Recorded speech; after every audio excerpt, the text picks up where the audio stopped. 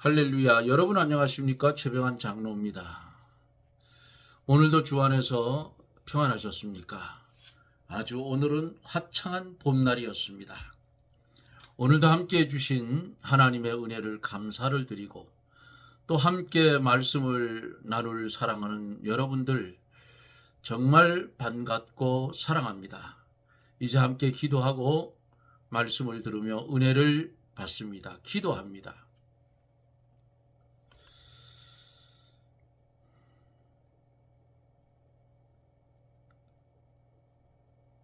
울어도 못하고 힘써도 못하고 믿으면 하겠네. 찬송과 영광을 받으시기에 합당하신 거룩하신 하나님, 하나님의 은혜를 중심으로 감사를 드립니다. 들의 꽃과 같고 풀과 같아서 시들어져 불사름을 당할 수밖에 없는 우리들이었지만은 하나님 우리를 이처럼 사랑하여 주셔서 세상과 구별시켜 주시고 돌 감람나무 같은 우리를 참 감람나무에 접붙여 주셔서 법 아래 매이지 아니하고 은혜 아래 살도록 하나님 우리를 간섭해 주시고 함께 해 주셨지만은 우리는 원망과 불평과 뒤를 돌아보는 그런 삶을 살았던 우리를 하나님 긍휼히 여겨주시고 이 시간에도 주님의 보배로운 피의 사죄의 은총을 나리워 주옵기를 원합니다. 기도하옵는 것은 대한민국 이 나라를 긍휼히 여겨주시고 전 세계적으로 경제가 무너지고 있는데 하나님이여 위정자들이 정신을 차리고 잘 대처할 수 있는 그런 은혜를 나려주시고 이런 일들이 일어나는 것이 하나님의 계획이 무엇인지를 믿는 이들은 기도하고 말씀 속에서 깨달아 주 앞에 잘못된 것은 회개하고 믿음으로 바로 서게 하여 주셔서 모든 일들이 협력해 선을 이루어 하나님께 영광을 돌리는 일이 한국 땅에서 일어나게 하여 주시옵소서. 기도하옵기는 어려운 질병 때문에 고통을 당하는 사랑하는 성도들 한 심령 한 심령마다 붙잡아 주시고 주의 말씀을 보고 듣고 깨달을 때에 질병은 떠나가고 육신의 강건함을 입어 주를 위해 충성하며 살 수 있는 은혜의 축복을 이 시간에도 나리워 주시옵소서. 주의 말씀이 증거될 때에 보혜사 성령님 역사하여 주셔서 한 말씀도 놓치지 아니하고 더 깊이 있게 깨달은 말씀을 영의 양식을 삼고 어두운 세상을 빛되게 살게 하여 주옵소서. 예수님 이름으로 간구하옵나이다. 아멘. 하나님의 말씀 예레미야 애가 3장 세 번째 애가지요. 1절로 9절까지 1절로 9절입니다. 예레미야애가 3장 제가 가지고 있는 성경 1146쪽 여호와의 노하신 매로 인하여 고난당한 자는 내로다. 나를 이끌어 흑암에 행하고 광명에 행치 않게 하셨으며 종일토록 손을 돌이켜 자주 나를 치시도다. 나의 살과 가죽을 쇠하게 하시며 나의 뼈를 꺾으셨고 담즙과 수고를 쌓아 나를 애우셨으며 나로 흑암에 거하게 하시기를 죽은 지 오랜 자 같게 하셨도다. 나를 둘러싸서 나가지 못하게 하시며 나의 사슬을 무겁게 하셨으며 내가 부르짖어 도움을 구하나 내 기도를 물리치시며 다듬은 돌을 쌓아 내 길을 막으사 내 첩경을 굽게 하셨도다. 아멘.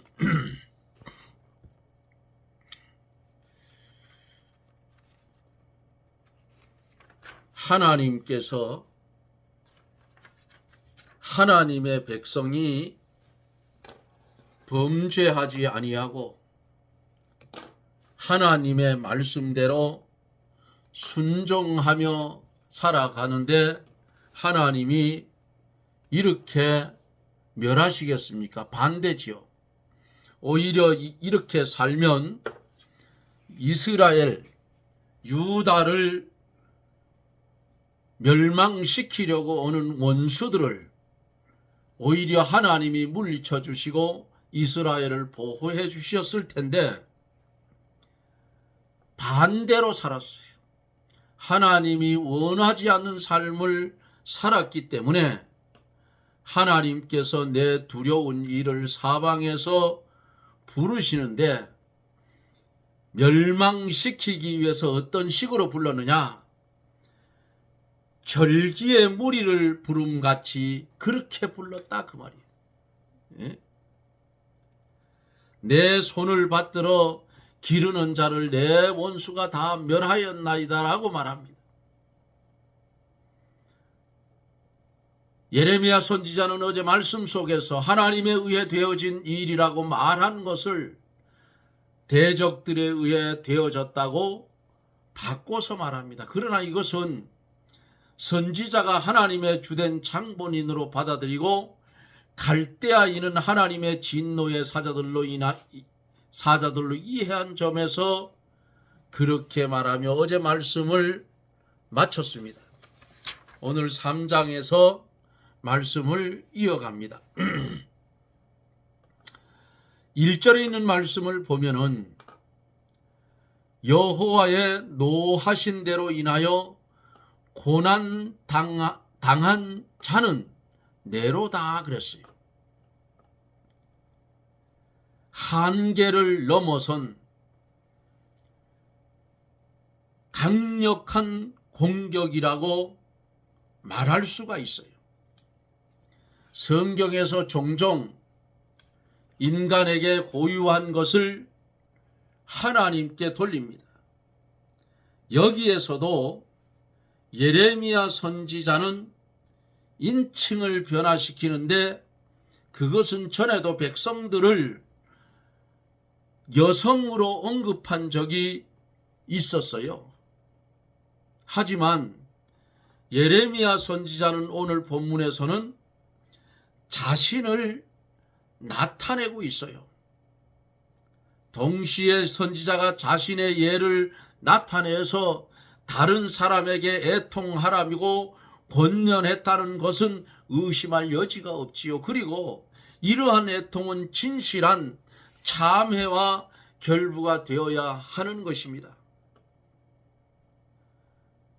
본장은 교훈으로 가득 차 있어요.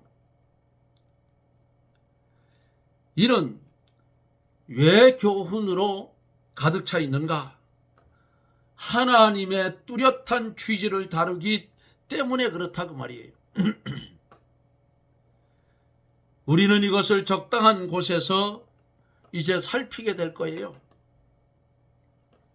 어떤 사람들은 예레미야 애가가 예레미야 선지자가 투옥되었을 때 쓰여졌다고 생각을 합니다. 그러나 이러한 의견은 거의 가능하지 않아요.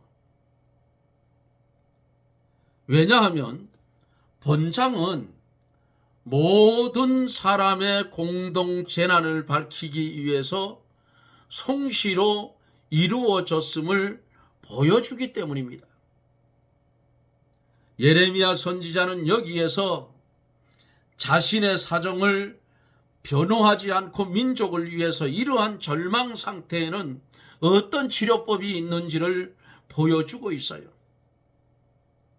즉 하나님께서 직접 의지하며 하나님께 직접 의지하며 한편으로는 그들의 죄를 깊이 회개하고 또 다른 한편으로는 하나님의 용서하심과 자비를 바라보는 거예요. 이는 그들이 희망이 좋고 희망을 품고 기도로 자신을 단련할 수 있도록 하기 위한 것이었다는 말씀을 드립니다. 이 모든 것을 우리는 적당한 순서로 살펴볼 수가 있어요. 예레미야 선지자는 고난당한 자, 자신이 고난당한 자 혹은 고난을 본 자라고 말합니다. 여호와의 노하신 대로 인하여 고난당한 자는 네로다 그랬잖아요.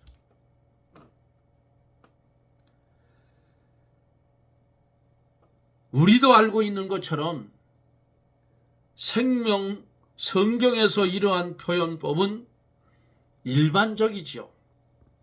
고난을 보다 선과 악을 보다 생명과 죽음을 보다가 그것입니다.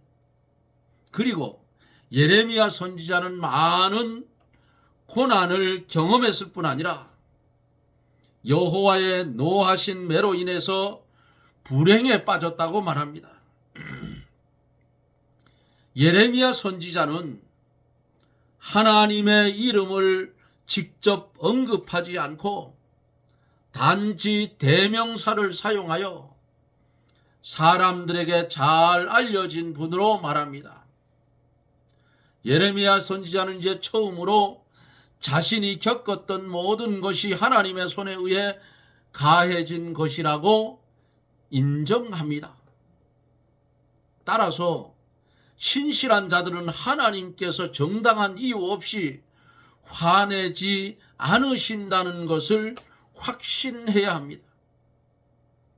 분노에서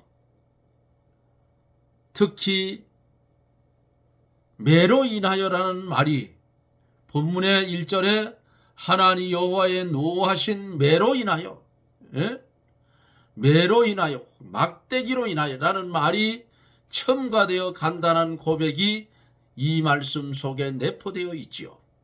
요컨대 예레미야 선지자는 자신이 매우 비참했고 그 이유는 분노하시는 하나님에 의해서 매우 아주 혼쭐이 났기 때문이라고 1절에 언급하고 있습니다. 네로다. 고난당한 자는 네로다 그랬잖아요. 2절에 보면은 나를 이끌어 흑암에 행하고 광명에 행치 아니하셨으며 그랬어요. 알파벳의 글자들이 이 장에서는 세 부분으로 이루어지는 것을 볼 수가 있지요.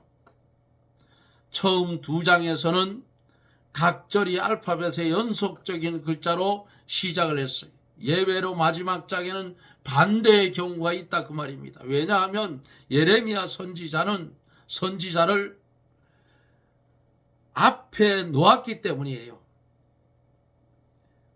혹은 기록할 때 순서가 바뀌어질 수도 있다 그 말입니다. 그러나 이것은 이미 말했듯이 각 글자는 3번 반복되고 있어요. 첫째, 둘째, 셋째 귀절은 알렘으로 시작을 합니다.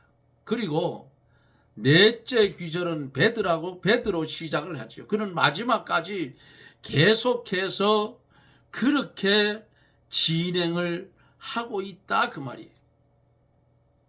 예레미야 선지자는 앞절의 말을 확언을 합니다. 뭐라고 했어요? 그는 나를 이끌어 흑암에 행하고 광명에 행치 않게 하셨으며 라고 말씀을 합니다. 고난의 원인과 태도를 보여주었기 때문입니다. 이러한 대조는 다른 언어에서는 히브리어처럼 힘을 갖지 못합니다. 그러나 히브리인들이 자기들은 어두움에 있었고 빛에 있지 않았다고 말했을 때 그들은 어둠 속에서 빛의 불꽃조차 없어서 그 어둠이 너무 짙고 몽롱하다고 말한 뜻이 그 어둠을 과장했다 그 말이에요. 선지자가 이제 뜻하는 바, 그리고 우리는 성경에서는 어디서나 어둠이 모든 종류의 애통으로 이해되어 있는 것을 알 수가 있어요. 빛의 출현은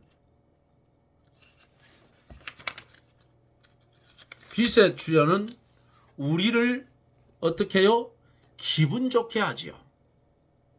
사실 하늘의 화창함은 사람의 정신의 기운을 북돋우고 활기를 주지요. 그런데 어두움은 어때요? 모든 역경과 그로부터 나오는 슬픔을 의미를 합니다. 그래서 선지자는 계속 부언하고 있어요. 3절에 보니까 종일토록 손을 돌이켜 자주자주 나를 치시도다 그랬어요. 이제 예레미야 선지자는 나를 치시도다. 하나님께서 나에게 적이 되셨도다. 칼빈은 그렇게 말했어요. 그가 나에게서 돌아서라는 의미이기 때문이에요. 사실 적이 싸움을 하려고 할 때에 반대편에서 온 사람과 부딪히는 것처럼 예레미야 선지자도 하나님께서 자신에게 적이 되셨다고 말하고 있어요. 종일토록 손을 들이켜 자주자주 나를 치신다. 응? 선지자가 하나님의 손이 자신에게 돌아섰다는 것을 알아챘어요. 그것은 같은 것을 다른 방식으로 가르치는 거예요. 그리고 선지자는 뭐라고 해요? 종일토록 손을 돌이켜 자주자주 라고 말하는데, 여기에서 쿨하음이라는 원문에 이 말이 있는데 온종일이라 하는 말이에요. 온종일 자주자주 돌이켜서 하나님이 나를 친다. 예레미야 선지자는 여기에서 단순히 불변성을 의미하고 있어요. 그는 마치 하나님께서 한없이 가혹한 형벌을 명백히 나타내셨으므로 결코 정지하지 않으시리라고 지금 말하고 있는 듯하지요. 그리고 다음 절이 이어지는데, 다음 절 4절에 보면은 나의 살과 가죽을 쇠하게 하시며 나의 뼈를 꺾으셨고 그랬어요. 끔찍해지요. 이것이 비유적 표현임을 여기에서 명백히 나타내고 있어요. 사람은 질병에 의해서 고통을 당하게 되면 야위이기 때문에 늙어 보이죠. 그리고 질병에 오래 고통을 받으면 사람이 작아지더라고요. 키가 컸던 사람이 질병에 오랫동안 병치료를 하니까 사람이 조그만해졌어요. 깜짝 놀랐어. 이웃에 잘 아는 사람이에요. 근데 제가 그 집하고 좀 떨어져 있기 때문에 매일 여기 있지 않고 산으로 가고 하기 때문에 몇 달, 6개월 전에 병원에 가면서 역에서 만났는데 처음엔 잘 몰라보겠어요. 혈액암이라 했는지 하여간 뭐라고 했어요. 그런데 사람이 조그만해졌어요. 표현은 내가 아닌데 속으로 난 깜짝 놀랐다.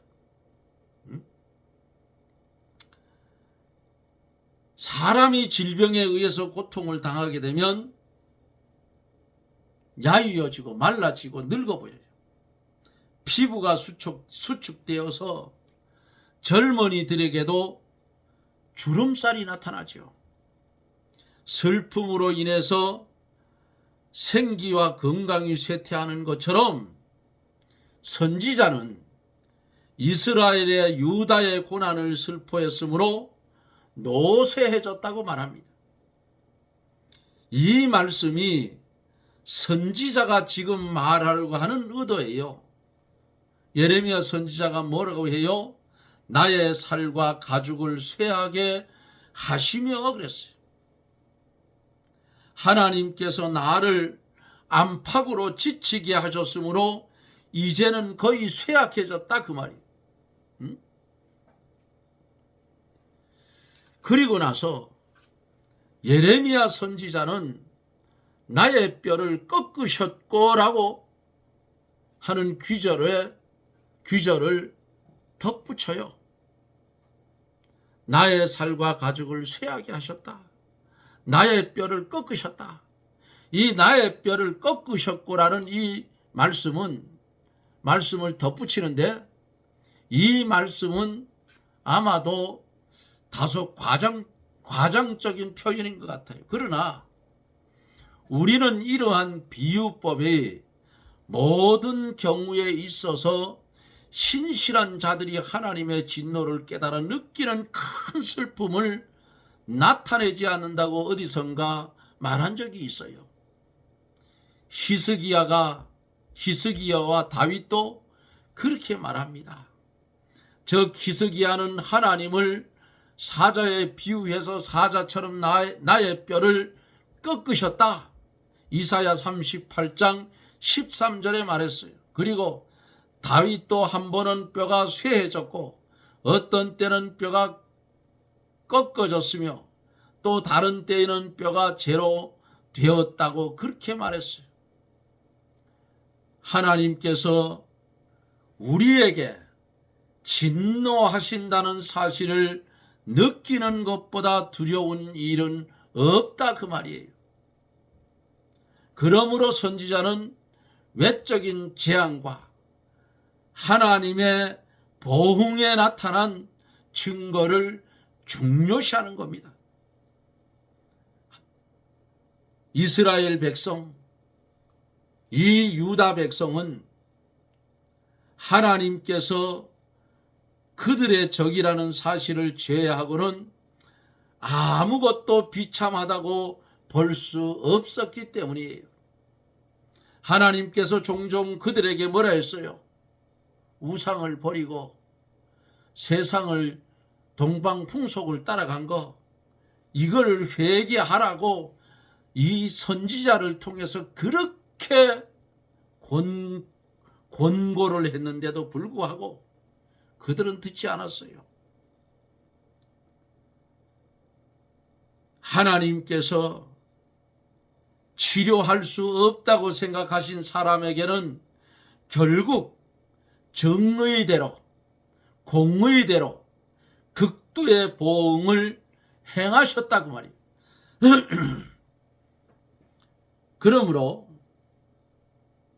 이 말씀이 하나님께서 나를 뼈를 꺾으셨다라고 선지자가 말한 이유예요. 예레미야 선지자는 계속 다음 귀절을 다시 언급하고 있어요. 점점 더 깊이 들어가. 예? 담즙과 수고를 쌓아 나를 애우셨으며 그랬어요. 5절 말씀은 거칠게 보일지도 모릅니다. 하지만 히브리어도 일반적으로는 좋지 않다. 예레미야 선지자는 자신이 봉쇄당했고, 즉 벽에 의해 갇혀 있었다고 말합니다. 담즙과 수고를 쌓아 나를 애우셨으며 갇혔다고 말하겠어요. 이제 우리가 다시 보겠지만은 예레미야 선지자는 이러한 비유를 3번이나 되풀이했어요. 사실 그는 같은 목적을 위해서 다른 표현을 사용한 것이라고 볼 수도 있습니다. 예레미야 선지자는 담즙과 수고를 쌓았다 그랬어요. 담즙과 수고를 쌓으라고 말하면서 상황을 좀 더 분명히 설명을 해줍니다. 선지자는 먼저 독약에 대해 언급한 후에 다른 수식어를 쓰지 않고서 그 독약이 어떤 것이었으며 또 많은 고통으로 괴로움을 당했다는 사실을 보여주고 있습니다. 이어서 우리가 어떤 사람을 공격하려고 할 때에 그가 어떻게 해요? 도망하지 못하도록 하기 위해서 그물을 치듯이 방벽을 세우듯이 예레미야 선지자는 하나님께서 나를 둘러쌌다. 애우셨으면 그게 갇히게 했다 그 말이. 따라서 지금 말하는 애우셨다는 의미는 하나님께서 그의 주의를 모두 제한시키셨으므로 도망할 방법이 전혀 없다 그 말이에요. 6절에 보면은 나로 흑암에 거하게 하시기를 죽은 지 오랜 자같이 하셨도다. 이 점점 깊이 들어가. 6절 말씀 속에서 선지자는 앞에서 담즙과 수고에 대해 말했던 것을 과장을 합니다. 그는 나로 흑암에 거하시게 하시기를이라고 말하고 있는데 이 말씀은 예레미야 선지자가 잠시 동안 있도록 하기 위한 것이 아니라 오랫동안 거하게 하려는 것이었습니다. 더욱이 그는 이 비유를 좀 더 명백하게 설명하기 위해서 죽은 지 오랜 자 같게 하셨도다라고 말합니다. 이로써 예레미야 선지자의 의도는 이제 확실해집니다. 올람이라는 말이 있는데 히브리어의 올람은 미래나 과거의 시간을 가리킵니다. 어떤 사람들은 이 6절에 있는 말씀을 영원히 죽은 자 같게 하셨도다라고 번역을 했는데 이것은 그가 영원히 죽어 있는 자라는 의미라 그 말이에요. 그러나 성경은 어느 곳에서든지 이것을 오랫동안 매장되어 이미 부패되었으며 따라서 그에 대한 기력이 사라진 노인의 죽음을 가리켜요. 죽은 육체가 그 형태를 유지하는 동안은 살아있는 존재처럼 보이죠. 그러나 그것이 흙으로 환원될 때, 뼈가 없어질 때 살가죽과 신경과 피가 부패해 사람과의 유사함이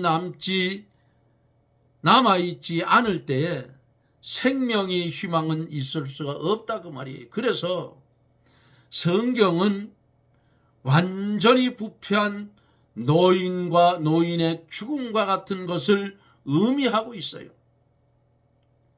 이러한 점에서 예레미야 선지자는 하나님께서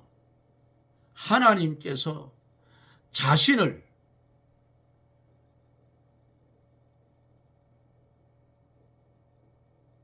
흑암에 던져 마치 오랫동안 죽은 것처럼 흑암에 거했으며 자신의 육체가 이미 부패되었다고 말합니다. 이러한 표현은 사실 과장적인 것처럼 보입니다. 그러나 우리는 신실한 자들이 하나님의 진노로 놀랄 때 느끼는 큰 슬픔을 충분히 나타내는 것이 가능하지 않다는 사실을 언제나 명심해야 합니다. 7절에서 보면 나를 둘러싸서 나가지 못하게 하시고 나의 사슬을 무겁게 하셨으며 그랬어요. 7절에서 예레미야 선지자는 먼저 자신이 둘러싸여서 나가지 못한다고 말합니다. 네? 히브리 원어에 가다르라는 말이 있는데 이 말은 에워싸이다. 게데라는 말은 담이나 혹은 에워싸이는 것을 의미하는 이 두 단어의 이 말을 우리가 볼 수가 있어요. 에워싸이다. 가다르, 게데라, 담이나 뚝 혹은 에워싸이는 것을 의미한다. 따라서 예레미야 선지자는 자신이 담으로 둘러싸여서 이제 나갈 수가 없었다고 말합니다. 문자 그대로 해석하면 그래서 나는 나가지 못할 것이다 이지만은 여기에서 접속자는 목적을 나타내는 것이므로 하나님께서 내가 나가지 못하도록 하기 위해서 나를 둘러쌌다 혹은 에워싸셨다 라고 보아야 합니다. 다음으로 선지자는 나의 사슬을 무겁게 하셨으며 그랬어요. 그 의미는 그가 사슬에 묶여 발을 올릴 수 없었다는 것입니다. 마치 예레미야 선지자는 자신이 사슬에 매여 있을 뿐 아니라 그것이 너무 무거워서 발을 움직일 수조차 없었다 그 말이에요.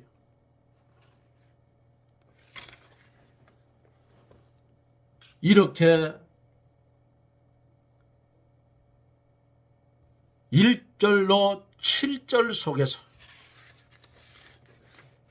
하나님의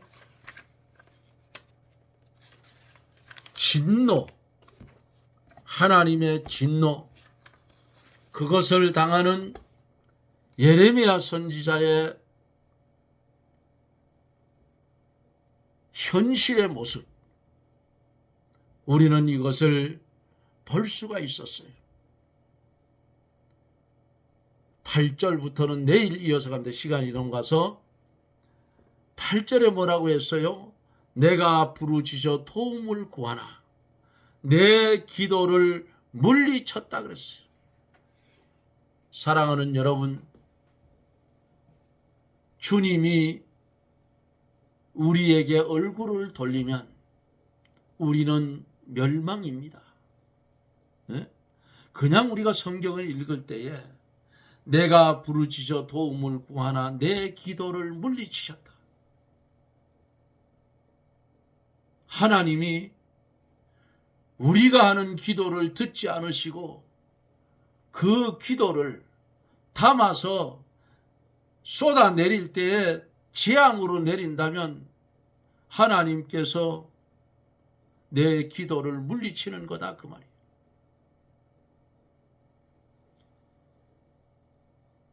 잘못된 기도는 재앙으로 쏟아져 내린다는 사실을 잘 기억하세요. 오늘은 우리가 말씀을 보면서 예레미야 선지자가 1절로 7절까지 절절히 변모해지는 모습을 보았어요. 점점 더 깊이. 7절에서는 나를 둘러싸서 나가지 못하게 하시고 나를 사슬에 무겁게 했다. 묶어버렸다.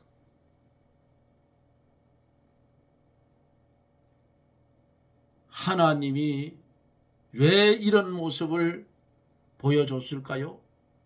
예레미야 선지자가 목숨을 내놓고 주의 말씀을 증거해 줬는데 그 말씀을 예언을 해 줬는데 하나님이 왜 이럴까요? 왜 이거 보여줬을까요? 선지자에게도 이렇게 하는데 너희들은 어떻게 했느냐 그 말 알겠어요. 주님이 십자가를 지고 골고다 언덕으로 올라갈 때에 슬피 울며 따라오는 여자의 무리들을 보고 주님이 뭐라 하신지 압니까? 예루살렘의 딸들아 나를 위하여 울지 말고 너와 내 자녀를 위해서 울으라고 주님이 위로해 줬어요.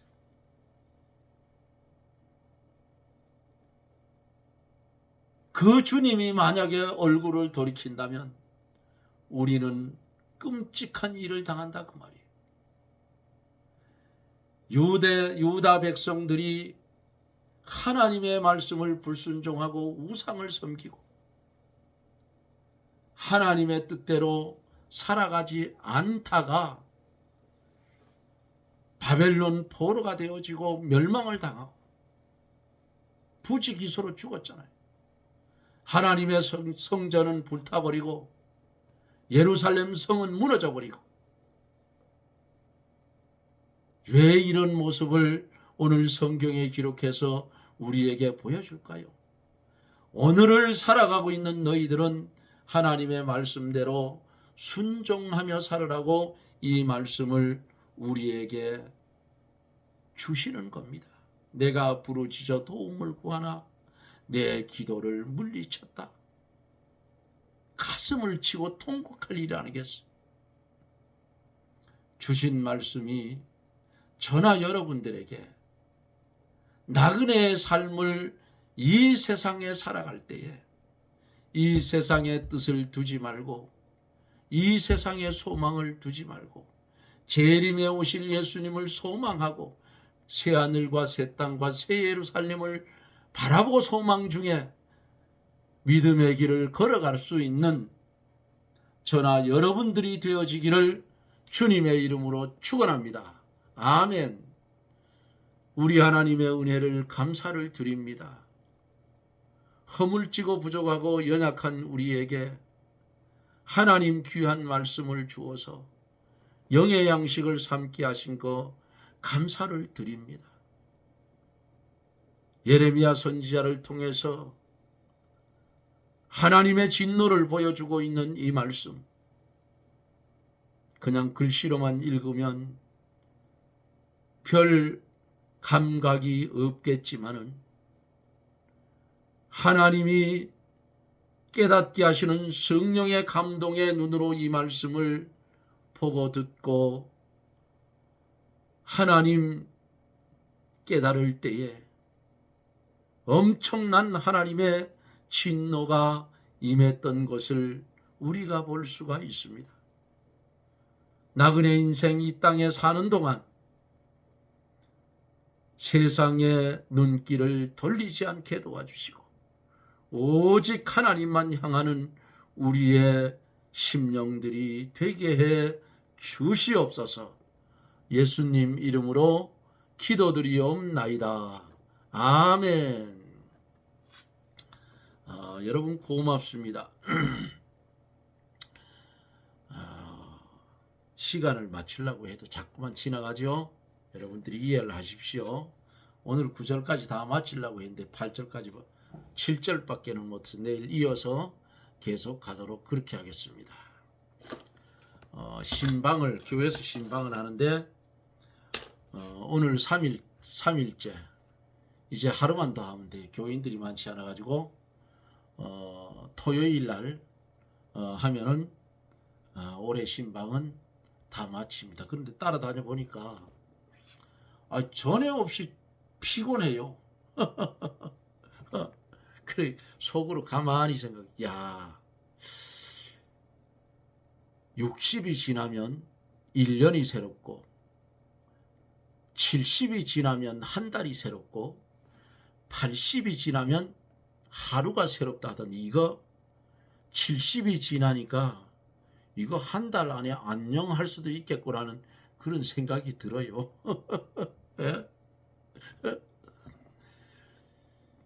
그래도 하나님이 은혜를 주어서 70이 넘었는데 옛날 같으면 허리가 구부러지고 뒷방 늙은이 되어 있을 텐데 그래도 최 장로는 아직 팽팽하지요. 이거 하나님의 은혜예요. 예? 그런데 작년보다 올해 힘이 조금 더 들어요. 뭐 일을 해보면 일은 뭐 여전히 할 수는 있는데 그래요. 힘이 이게 나이를 먹으니까 그렇구나 하는데 나이는 잊어버리고 살아요. 나는 잊어버리고 사는데 힘이 들으면 이제 그 나이 생각이 나는 거예요. 어찌되었든 우리가 이 세상, 남은 세상 살아갈 때에 오직 누구만 위해서, 하나님의 영광만을 위해서 존재해 살아가는 저나 여러분들이 되어지기를 주님의 이름으로 부탁을 드립니다. 여러분 고맙습니다. 저는 또 내일 영상 속에서 여러분들과 만납니다. 여러분 평안하십시오. 그리고 건강하십시오. 샬롬.